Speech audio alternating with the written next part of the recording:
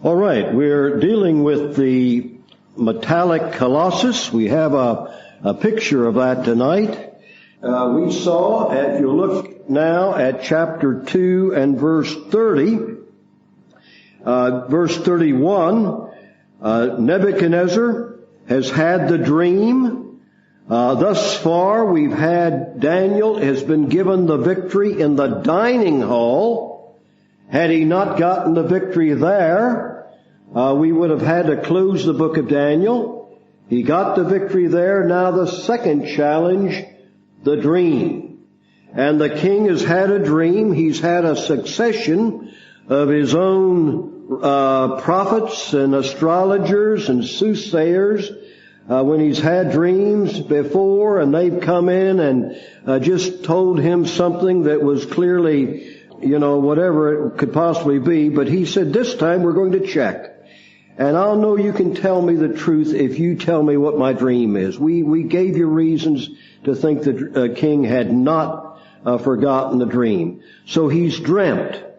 And what he has dreamt, he saw a huge metallic statue, a colossus. It had a head of gold.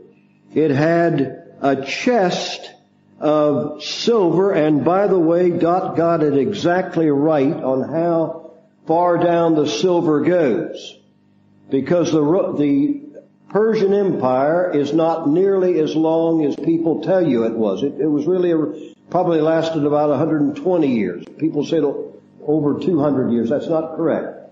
So, and then the brass and the midriff is Greece, and then the legs are Rome. They're legs of iron, and many will say the legs picture Rome divided, but that cannot possibly be, because there was a long time when Rome was not divided.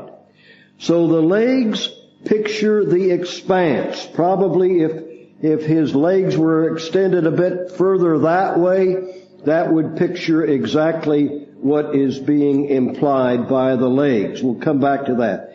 And then we come down to the feet, an extension of the legs. But rather than being all of iron, they are now iron mixed with clay. And as we saw, this is the times of the Gentiles.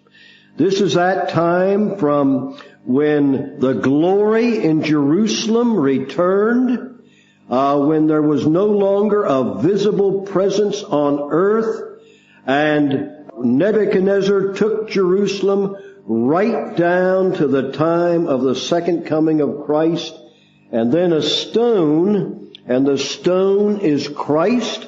Genesis chapter 49 verse 24, from thence is the shepherd, the stone of Israel. He is the rock, the great rock in a weary land. He smites the image on the feet. There's a culmination of this, because each empire that succeeded kind of took part of the previous one, but the entire empire seemed to fall. The stone becomes a great mountain and covers the entire earth. Now that is where we are. Last week we looked at the head of brass, golden Babylon. Herodotus, the historian, from the 4th century BC, wrote about Babylon. He's the one that wrote about how much gold it had. He's the one that wrote about its hanging gardens. He's the one that told that you could take a chariot around its walls, its high walls, 3 chariots abreast. There was never a city like Babylon.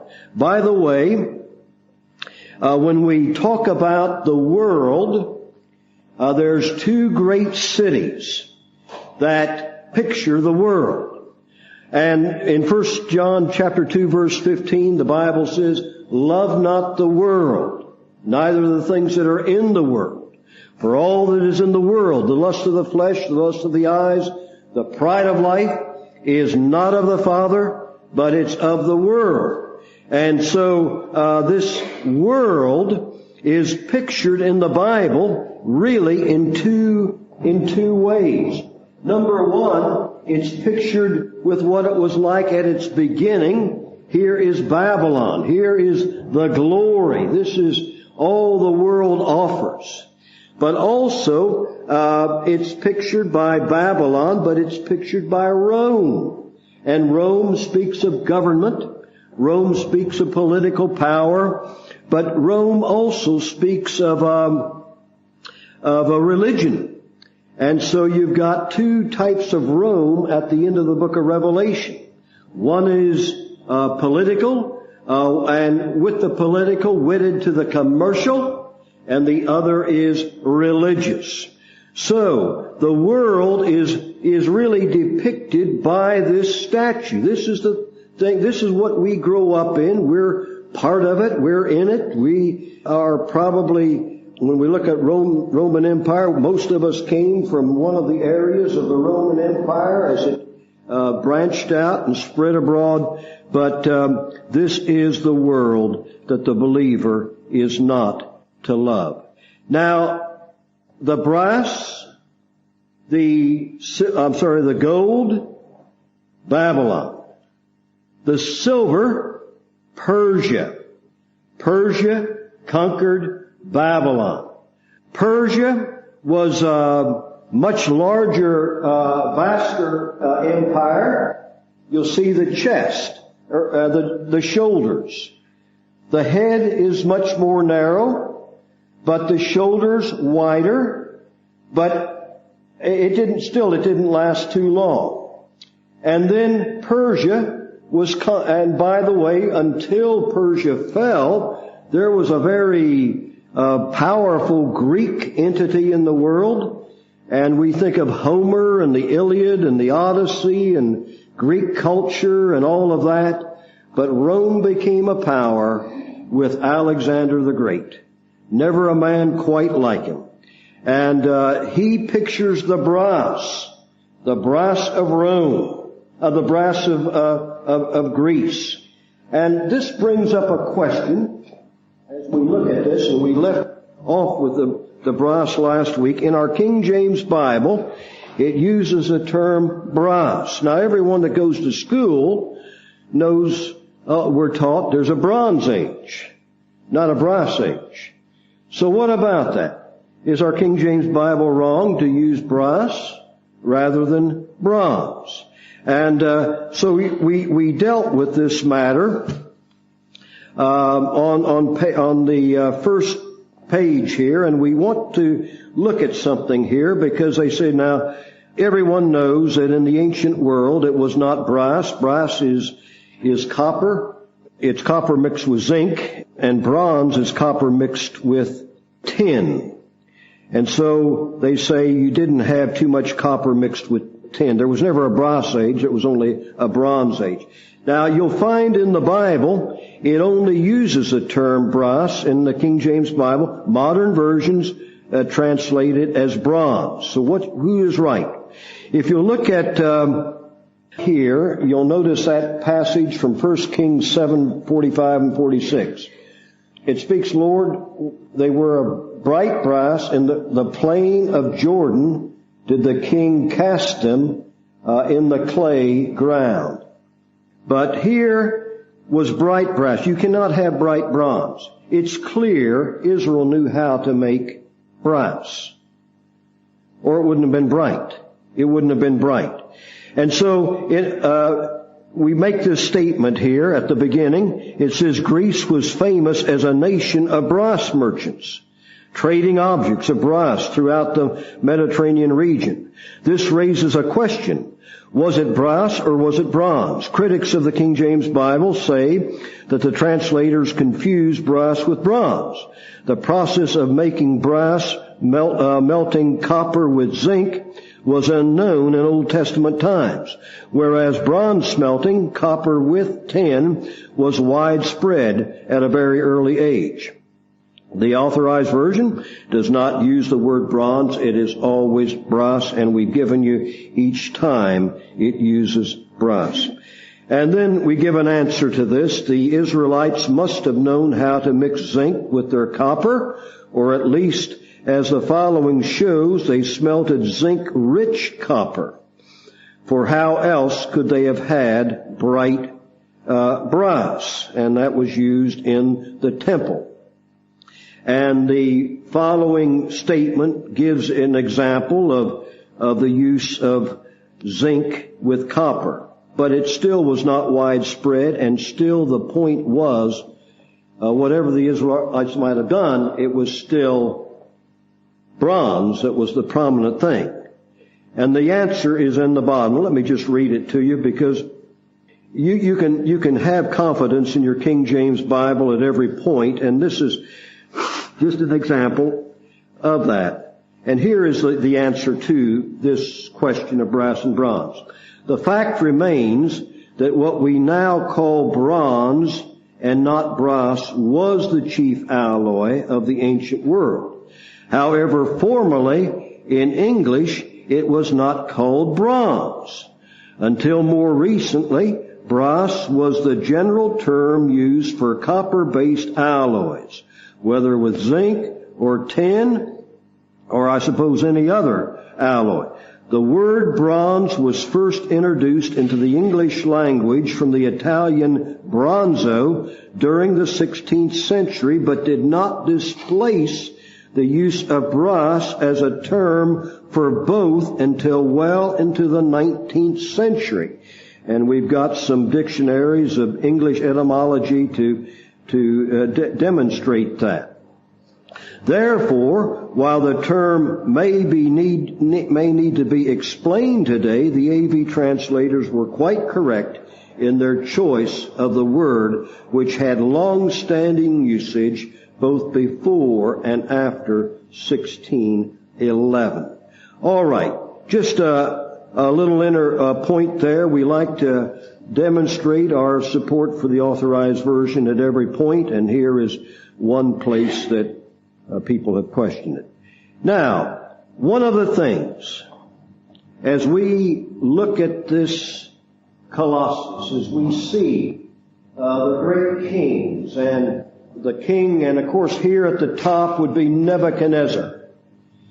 And then that empire only lasted for 70 years. And that was followed by Persia.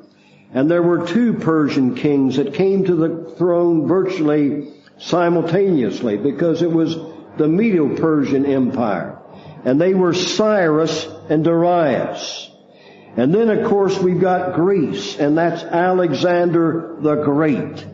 When we talk about Rome, it's not quite so distinct. But one thing is clear for the most part in this statute, that God is willing that none should perish, but that all should come to repentance. And so whether it be high or low, John 1 verse 9 says, Christ is a light that lighteneth every man that cometh into the world. Titus 2:11, the grace of God that bringeth salvation hath appeared to every man. Does that mean Nebuchadnezzar? Absolutely. We saw how God in chapter 2 revealed himself to Nebuchadnezzar. In chapter 3 he reveals himself to Nebuchadnezzar. He still doesn't quite get the picture though. In chapter 4 he reveals himself to Nebuchadnezzar. We come to chapter 6, the king of Persia. He reveals himself to the king of Persia. And Cyrus, who we don't really see Cyrus in the book of Daniel, but you go to Isaiah, and Isaiah will refer to Cyrus as my servant. And so God is willing that none should perish. These are the times of the Gentiles. Jerusalem is under Gentile dominion. It extends all the way from Daniel's time down to the second coming of Christ. But during that long period, willing that none should perish, the gospel will go out. And when we come to Alexander the Great, this is after the biblical record. It's between the so-called silent years after Malachi, but before Matthew, around 333 or thereabouts. The Jewish histories gathered by Josephus in AD, Josephus prepared his history around AD 80, and he gathered and he tells how the gospel, the Old Testament gospel, came to no less than Alexander the Great. And we've given you here at the bottom of page 31, Alexander the Great is shown the book of Daniel. Now let's notice just one thing about this. If you look at chapter 2 and verse 32, it says, the image's head was of fine gold, the breast and the arms of silver, the belly and the thighs of brass. All right, turn with me now to chapter 8 and verse 8. And there's another mention here of Persia and Greece. And in Daniel 8 and verse 8. In verse 7, Daniel sees a ram. The ram is Persia. The ram is Persia. And he takes everything in his wake. But then he sees a goat in verse 8. And by the way, the word Aegean means goat. And the goats were a symbol of Greece. And in verse 8 it says, therefore the he-goat waxed very great, and when he was strong, the great horn was broken. Now the great horn on this, it has I better read all of verse 7. It says, and I saw him come close unto the ram. He was moved with choler against him, and smote the ram, and brake his two horns. And there was no power in the ram to stand before him. But he cast him down to the ground and stamped upon. None could deliver out of his hand. So here we've got, and I should have taken you back to verse 5. At the end of verse 5, the goat is said to have a notable horn. That notable horn is Alexander the Great. And he waxes very great in verse 8, but as we know, Alexander died at only 33. And he died at a very critical juncture when he tried to overrule Bible prophecy that said that Babylon, the city, would never be rebuilt. He tried to rebuild it, and he died shortly after, just like Saddam Hussein tried to rebuild ancient Babylon, the ancient city, and he died shortly afterwards. But so the great horn was broken, and for it came up four notable ones toward the four winds of heaven. And so Alexander fell. Greece's power was broken. It was divided into four areas, but two areas became very prominent. One was Egypt, the other was Syria. This is taken further in chapter 11. But before he died, Alexander the Great, according to Jewish records gathered by Josephus around 70 AD, shows how he was confronted with the Bible. And here at the bottom, this is entirely from Josephus. Beginning on page 32, it talks about how now Greece is on the move. They defeat the mighty Persian army, a much larger army. It's often said that the Greeks were really armed for battle. They fought light. The Persians had these big robes that they fought in, and they kind of got tangled up in them. But anyway, and they had a much larger army, but Alexander swept them aside. And second paragraph here, he passed over the Euphrates.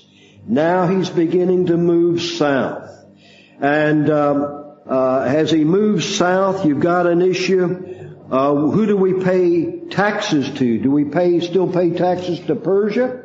Or do we pay taxes to the new king, to Alexander? And in Israel, they said, no, we made a vow, we'll pay taxes to Persia. But Alexander now is moving south. He's moving south. He's coming south. And he conquers what today would be Lebanon. He conquers Syria. There's intrigue. We read in the book of the book of Nehemiah about Sanballat. Here, Sanballat tries to work a little bit with Alexander against Israel. But he's moving south. And right down here, he's come, you can't get much away from Gaza. Gaza's always in the Bible. You'll find it with Goliath and in Samuel. And here is Gaza. And he comes to Gaza. So he goes right down the coast. Alexander's on the move. And he takes the coastal parts of Israel. And then he turns toward Jerusalem. And one of the priests named in the book of Nehemiah is Jaddua. And Jaddua seeks the Lord and has a vision that he must go out, he must gather all the priests, and he must go out and meet Alexander. And Alexander's coming, and he sees the priests of Jerusalem in their white robes, and he is so struck by this. Now, we believe this is a true story. This is not from the Bible, and some would question it. But one thing is certain from history: Alexander the Great did not conquer Jerusalem. And it goes on, and it shows how he confesses to the Israelite priest. He acknowledges the God of Israel. And then somebody comes out, and here on page 33, where it's emboldened there, here is an account from Jewish records gathered by Josephus about the time of the destruction of Jerusalem by Rome in AD 70. He tells how that Alexander was shown the book of Daniel, and how that he was the one referred to in the book of Daniel. And so this is a very remarkable account. Here, God is willing that none should perish, that all should come to repentance. And if you stand at Westminster long enough, you'll find some very famous people pass you by. And that's why we passed that tract out. It's got the word gospel. They can see it. And I've had some rather famous people pass me by. I wish I could say they took the tract. But I did have the former defense minister take it. Ian, what's his name? Liam Fox took it. So that was nice. A couple of years ago. And John Prescott, I offered it to him. He didn't take it. But Dot gave a tract to the mayor of London. He took it, didn't he? Boris Johnson. And I don't know if it's had any effect on him yet, but he took it. God is willing that none should, and that's one thing about getting tracts out in these key places in London. If you stand there long enough, they do pass you, and they'll see you, and they'll see that word gospel, and they can take it. So here is an account how Alexander the Great was presented with the message of the book of Daniel. Amazing, wonderful, thrilling. Well, the Greek Empire was divided into 4 parts, and you've got that. You can read the notes. We'll not We just barely touch on some of the notes, but we highlight some of them, and you can take this and read it yourself. We come to the iron of Rome and the Roman legions. And Dot, what's that poem that they say about the Romans built their... Say that again. You're supposed to know these things, Dot, because All right, so anyway, the Roman Empire. And everybody knows about the Roman Empire. And notice in verse 32 that we've got written there. His legs of iron, and the fourth empire shall be strong as iron.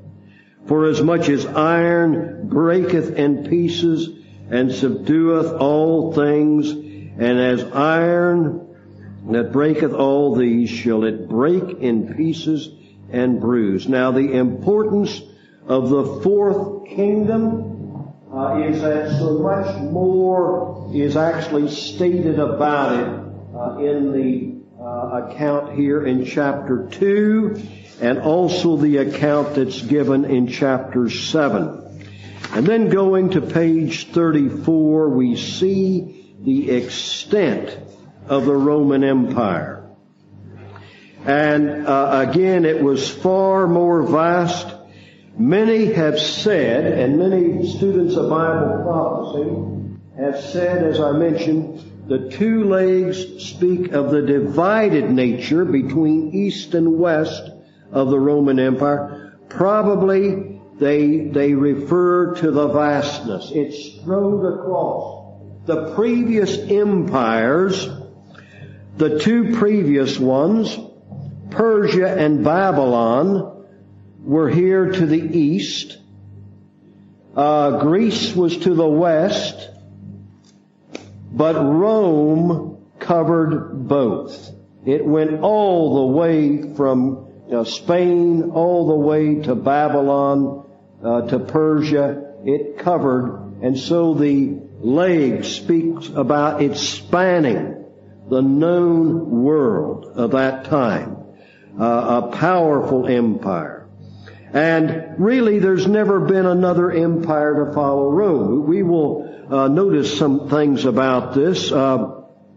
Daniel will speak about the implications of this, but we see the vast extent of it.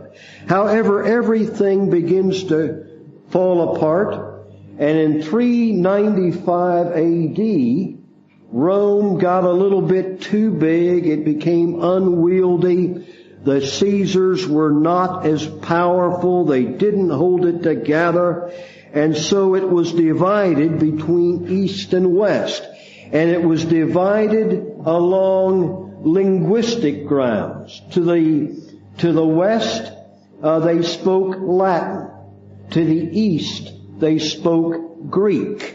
And so that's something just to keep in mind. But it was divided by Diocletian in 395. But then Rome began to fall apart. But the iron in Rome never ceased to be. And the iron chunks of Rome became powerful. And they became colonizing powers. And you know, even if you look at Rome speaks of government, and you'll notice the preservation of Rome right in the middle of page 35. You've got the preservation of the Roman dictatorial form of government is evident in the two strongest nations of the eastern leg and the western leg, Germany and Russia. Southern Russia would have been associated with the Roman Empire. Germany named its king Kaiser, which is German for Caesar. Russia named its king Tsar, which is Russian for Caesar. After the Bolshevik Revolution, which brought the communists to power, they became commissars. So this Roman governmental imperialism, the the chunks of Rome never ceased to be. It fell as an empire, but the chunks are still there, and it became colonizing, and it colonized much of the world. And so you got the Italian Empire, Belgium Empire, French Empire, British Empire, Dutch Empire, colonized much of the world. And so we're all part, one way or another, of what was once Rome. It's amazing. It's amazing. And then the picture is, though, that, and you know that nursery rhyme, Humpty Dumpty sat on a wall, Humpty Dumpty had a great fall, all the king's horses, I've missed a line. Could put it, yes.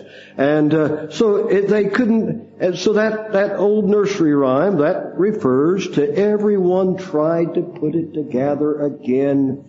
The Holy Roman Empire tried to do it. It wasn't neither holy or Roman or an empire, but they called it that. They tried. Napoleon tried. The Third Reich, Germany tried, but they couldn't put it together again. In the latter days, by agreement, it will come together. And so Europe, we've got the European Union. It was an agreement. And that's the beginnings. And these are the kind of the core nations of that Rome that spread around the world. But now they're coming together. In the meantime, iron against iron, the chunks against the chunks, they would fight each other. And of course, we know the account of European wars, but they were really the iron chunks prophesied of Daniel that bumped against each other, fought against each other. In the last days, Rome will come together. And if you look at chapter 2 and verse 41, this is Rome in its last days. This is Rome as it comes together. I think we're pretty close to what we've got here. We can understand what the iron is. These are the solid nations of Rome, economically powerful nations. These are nations with fixed borders. Maybe the others had more fluid borders. Certainly, though, iron also pictures a strong government. Clay may picture a weak government. Clay may also, some of the nations in Europe are strong to the extent that they are or are not Roman Catholic. If a Roman Catholic, economically, they tend to be weaker, economically. So southern Europe tends to be more Roman Catholic. That may be a point. But we do not know entirely what all is involved in the clay. I know Eric Browning and I have had a long discussion on this. He thinks the clay refers to Israel, to Jewish people. But it's used in a negative sense. I don't think it refers to them. But and there is a verse, Isaiah 64 verse 8, that refers to Israel as clay, or the Jewish people as clay. But time will tell exactly what the clay is. Strong government wedded to an attempt at democracy may not always work. But it's iron and clay. It's weak and strong today. And again, if you've read the newspaper at all since the financial crisis of 2008, it's been weak nations, strong nations. This week's the Greek problem is probably going to reach its crisis. And what about that? So, but here is Bible prophecy. Now, Europe is not going to work. This is as far as we're told about the clay and the iron. It then jumps and tells us the stone, Christ, comes back, smashes it. Christ reigns on the earth. Ezekiel 21 says, I will overturn it, until He comes, whose right it is. We do not have here really, though, the Antichrist.